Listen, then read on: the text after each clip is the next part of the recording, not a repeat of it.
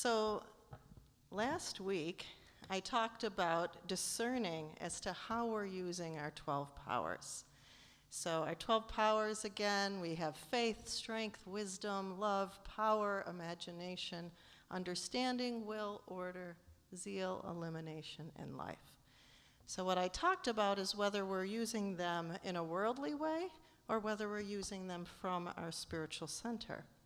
And practicing this discernment so that we can come into a fuller and fuller realization of who we are, our divine nature. Then we can move in the outer world from that awareness, from our spiritual space. So I wanted to start with a story today. I think I told it here once before, but when I was living in Haiti, I lived up on a mountain in a rural area. And I had a few people visit me. And in order to get up the mountain, we had to ride in the back of a pickup truck. That was either that or walk. So we chose the pickup truck, and we all climbed in the back of the pickup truck. Well, I got in with my 3 visitors, and then some more people got on, and some more items got on, and then maybe some animals. Who knows what was there that day? And I look over at my visitors, and they're sitting like this, with all these things people and things kind of piled all over them. And we proceeded to ride up the mountain on the rocky road. So as you could imagine, when they got off, they were all like, oh man. And I said to them, when you ride in a pickup truck like that to get somewhere here, you have to hold your space. You have to hold it. You have to be present in your space and hold it. Okay, so they took this to heart, and we get on they spent a nice visit with me, and we get back on the pickup truck to go down the mountain this time. And I look over at them, and they're all like this. And so I had to quietly say, no. We want to hold our space. We have to respect and give space to others, but we want to be present in our space. So we're not collapsing, and we're also not pushing on others. So that's knowing who we are. We have that balance. And it's kind of like what Brother Sam always reminds us, having that unshakable inner peace. And so the material world is what it is in the moment, and at the same time, on the spiritual plane, we can have a peace. We can find a peace within us. And when we have that, we can hold our space. So in Matthew chapter 10, verse 14, Jesus is quoted as saying, I got to remember my slides. If anyone will not welcome you or listen to your words, shake off the dust from your feet as you leave that house or town. Now, first I want to remind you that Jesus spent a lot of time working with people. He worked endlessly with his disciples who didn't always get it. And yet he persevered and caringly instructed them. So this is not an instruction to just, you don't get it, I'm walking away. The point is, if someone doesn't have interest or investment or a common vision, we don't want to spend our time trying to convince them. That's pushing into their space. There's also a humility to it. We are all divine and human, so we need to trust others on their own path. Our primary discernment is for ourselves, cultivating an awareness of our own divinity. An example of Jesus working with his disciples is also this story of when, first I'm just going to characterize it. So he was talking about his work and where he saw his work going and what he needed to present. And he started to talk about how he would be challenged and how he would be in danger. And of course the disciples are hearing this and are concerned, and Peter goes up to him and says, now wait a minute, can't you just tone it down a little? Can't you just change course a little? And Jesus says something, I find this a little dramatic, but in Matthew 16:23 he says to Peter, get behind me, Satan, You are a hindrance to me, for you are setting your mind not on divine things, but on human things. Woo, right? Now, we look at things metaphysically here, and Jesus metaphysically represents the Christ consciousness. Peter represents faith, which seems a little ironic in this case. Satan, metaphysically, is not a person or entity. I mean, he didn't really think Peter was Satan, right? I mean, he was just using that term. But it's not something out there trying to get us. It's our own mind slipping into error thinking. So in the Metaphysical Bible Dictionary, which gives you metaphysical definitions for everything, not everything, but a lot of things, Satan is defined as the deceiving phase of mind in man that has fixed ideas in opposition to truth. And it also says, Satan assumes various forms in man's consciousness, among which may be mentioned egotism, a puffing up of personality, and the opposite of this, self-depreciation. Okay, does this sound familiar, that collapsing and pushing, right? So notice, in both of these stories, Jesus was not trying to adjust the outer world. His focus was on staying in his own knowing, holding his space, and is encouraging his followers to hold theirs, to stay in their center. He didn't feel that we needed to go out and convince anyone. And sometimes things that we need to do are hard, and we need to persevere in our own knowing. That's why discernment is so pivotal. Turning within, finding our spiritual center, trusting our inner knowing over any outer input. This is true no matter who is giving the input. Your inner knowing is what always needs to be consulted. No one else is living as you in this world, in this moment. So even if, I don't know, Eckhart Tolle walked in the door and told you you should do this, you've got your own discernment. I don't know what everyone thinks of Eckhart Tolle, but he's got his discernment. You have yours, right? We consider it in our hearts. So we want to cultivate this capacity to stay more and more in the realization of our divinity. And to notice when we've slipped into error. It's like those shadow qualities that we mentioned. That's why. Notice, we're noticing. How do we know the difference? Well, how it feels. And I've said this before. These are the 8 C's of self from internal family systems, but as you can see up there, I refer to them as the 8 C's of the divine self. And they are curiosity, compassion, confidence, creativity, connectedness, courage, calm, and clarity. So when these qualities are present, then we can be assured that we're in the divine self, our Christ consciousness, our unshakable inner peace. If we're noticing these, it is information that we're centered in that truth of our being. I spoke last week about the Buddhist concept of near enemies, and these are qualities and states that imitate true spiritual centeredness.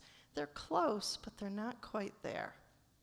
So we always want to keep humility, to always check in with ourselves and see if we're truly peacefully centered, or if we're actually doing what's called spiritual bypassing, one of those shadow qualities we mentioned. And the definition of that is the use of spiritual beliefs and practices to avoid facing painful emotions, unresolved psychological wounds, and real-world problems. So it's when we put those spiritual glasses on and say, I don't have to deal with that, and just say something and pretend it's not there, kind of.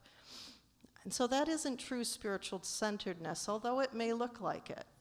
You might have the appearance of looking peaceful, but in reality, you're not facing the world. Spiritual centeredness brings courageousness, the ability to be with what's here on the material plane while staying centered in the knowing of who you are. If instead we notice anxiety, fear, doubt, confusion, if we notice we're avoiding, or if we're feeling a desperate sense that we need a certain thing, we can know that we need some self-care to get back into our true awareness. When I studied Aikido, I trained to stay centered no matter what came at me. And now this was practiced in a physical way, but it was a very spiritual practice. To not make an enemy out of whatever that thing was, but not to deny it either, and not to deny the need to do something, to interact with it. But the practice was staying centered in who I was and where I was going, and then flowing with the things and making my way on my journey. So not to combat and fight, but to find my way. So this is, so it just like in the pickup truck story, not collapsing and also not pushing, just finding that right amount, just what's needed in that moment. And some might call this having good boundaries. And here's one definition of boundaries. Boundaries are the distance at which I can love you and me simultaneously. That's Prentice Hemphill. Boundaries are the distance at which I can love you and me simultaneously. Michelle's going to be collecting to have a billboard. Okay, so what is this distance? Well, with some people, it's living in the same house with them, right? And with some people, it might be never being, never interacting, because it doesn't work for you to love them and be in the same space. But this can change over time. It can change based on either party. As we work through our inner stuff and other people work on theirs, we don't know. But in the moment, we make these decisions. But most think of boundaries, or at least I often did, as something that you set. Maybe you assume others understand them, even though you never said them. And you expect people to conform to them. This is just, I'm not speaking that everybody thinks this, but this is kind of a cultural thing, I think. So I learned a lot from the way Zoe Shaw, PhD, talks about boundaries. And she says that people often ask her, how do I get people to respect my boundaries? Does anybody know? Oh, we got some advanced students here. You don't. You don't. What? This is what I want to say. What? I'm crying foul here. They got to respect my boundaries, right? What am I supposed to let people walk all over me? Come on. No, it's not that either. Dr. Shaw said in her podcast, Stronger in the Difficult Places, the definition of a boundary is something that you hold for yourself. You're not telling anyone else how they have to behave. You're simply stating what you will or will not accept. It's your line, not theirs. Yeah, a little different than our usual cultural view. When I first heard this about boundaries, it was a light bulb moment for me. Something shifted in my brain. Because we spend a lot of time trying to get other people to honor our boundaries. And instead, she teaches, we hold them up for ourselves. So what does this look like? Oop, it's very small, but don't worry, I will read it. Love yourself more. Get clear on your boundaries. Remind yourself that setting boundaries is the loving thing to do. Follow through. Clearly state your boundaries. Speak up. Be consistent. If you made it clear and that boundary is still being crossed, remove yourself from the engagement or situation. Follow through.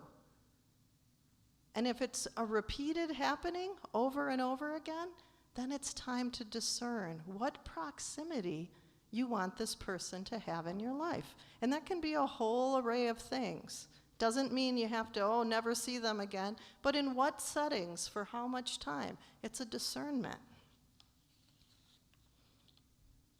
Remember that definition of boundaries that we started with. Whoops, that's not it. Oop, maybe 2. Nope, it's gone. Okay. I guess I didn't make a slide. Boundaries are the distance at which I can love you and me simultaneously, right? So that's the discernment. Only you can decide what is acceptable and manageable in your life at this time. Now we'll get to the slide. Lama Rod Owens in Love and Rage says, "No is the mother of boundaries. Without no, there is no protection of our energy." To do this, we have to be clear on this ourselves. What are our no's and what are our yeses? And which no's and yeses are really, really important? We're talking about deep personal responsibility and deep self-love. It's really holding our own space, not collapsing, not pushing. It's walking in the fullness of who we are. Stating the boundary, taking distance as needed, and evaluating to what degree it makes sense to continue or how to continue a relationship, that's all part of it. I'm going to tell a story from this past Friday. I like this band, Donna the Buffalo, and I drove to Rochester where they had a free show. And I like to dance, so I like to have a little space, but of course when the band comes on, everybody pushes to the front. So I'm strategic, right? So I go up there, and there was like an angled fence, and I thought, if I stand here, then no one can stand right in front of me because there's an angled fence, and they'd have to stand really close in order for anyone to get in front of me. And of course, no one would do that. Guess what happened? Someone did that.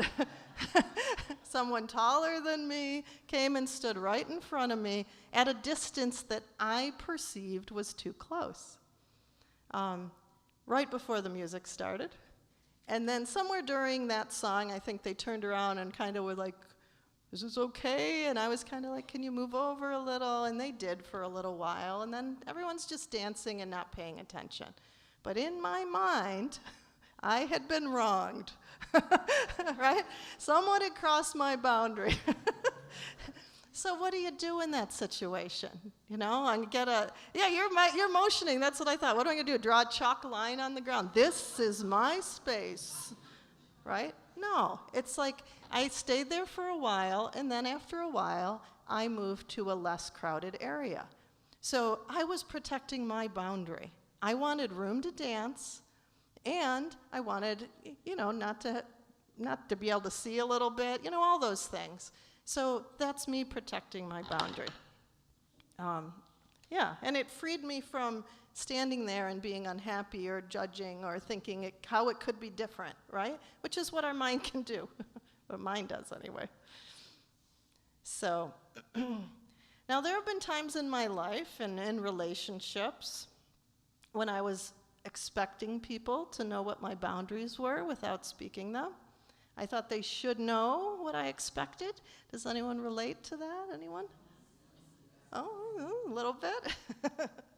I've also had the experience of saying, "Please don't cross this line," and then they do, and then I say, "Please don't cross this line," and then they do, and then I get a little mad, and I say it a little louder and more emphatically, "Don't you see? I've told you I have this line," and they cross it again, and I see that anger wasn't helpful, so I adjust the line just a little, say it a little differently, and it can go on and on, right?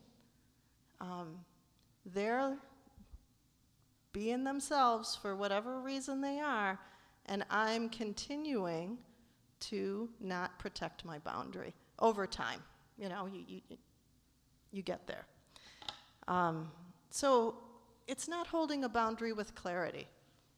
If people are continuing to cross my boundary and I keep walking in and they cross it, and I keep walking in and they cross it, it's not clarity. There's also times I've pushed on others' boundaries. Maybe I didn't fully accept a no. I thought their no should be a yes. And I kept working on them. Once I realized that in all these situations it was on me to hold my boundaries, then I could act accordingly. And I could make decisions as to what was really important to me and what wasn't. And to hold those important boundaries. You know, we might realize we have a boundary that really isn't that important, like that we're created it, but if we is that really important? No, though that's okay if you let go of that one. But what if it's a value? What if it's about feeling comfortable in your body? That's different. So, and sometimes I started to realize when I might be overreaching and pushing into someone else's space. And it's equally important on this topic to be mindful of other people's boundaries. Of course, it's still up to them to clarify their boundaries, but we can ask for clarification if we're not clear, if things don't seem to be going right. And we can certainly respect their no's. Our culture has a tendency, when someone says no, that it's okay to, please, please, please, I really need this, come on, just this once. That's very cultural, very cultural. And what are we doing when we're talking someone into something that their heart isn't in, right?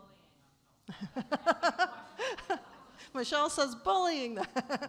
Yeah, and we may not think we're bullying, we may be asking nicely, but people want to please us, right? We want to please others, they want to please us, it can get messy.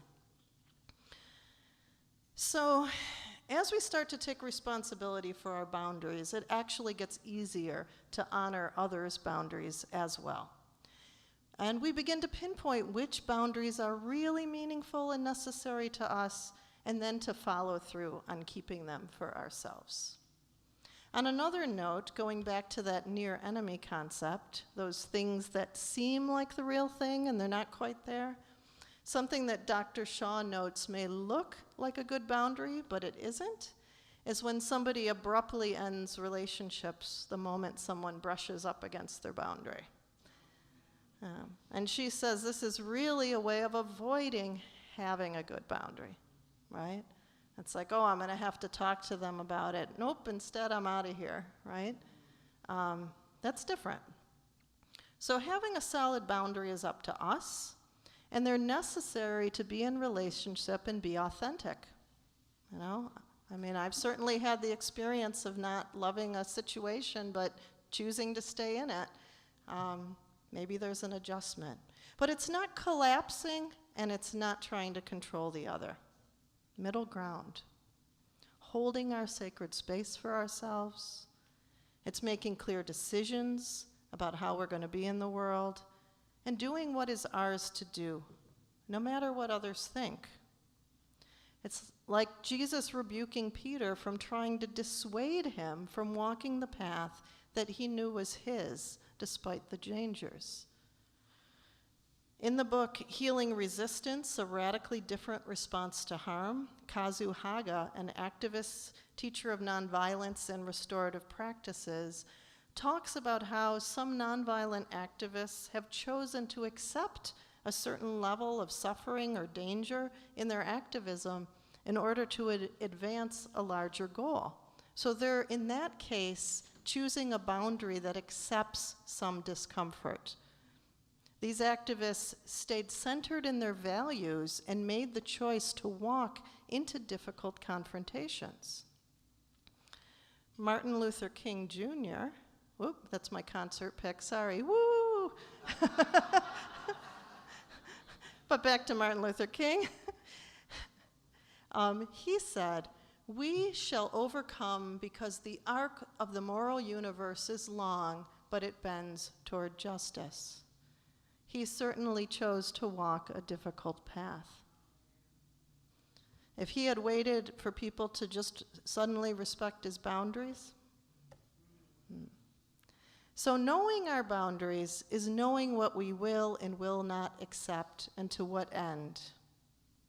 As with all the important decisions in our lives, we need discernment arising from our most centered selves to know our true path and stick to it, to do what is ours to do in the world. When we are discerning, cultivating and balancing the use of our 12 powers, when we come to clarity on our yeses and our nos, when we're centered in the qualities of our divine self, we will naturally love ourselves enough and love others enough to live as the fullness of who we are.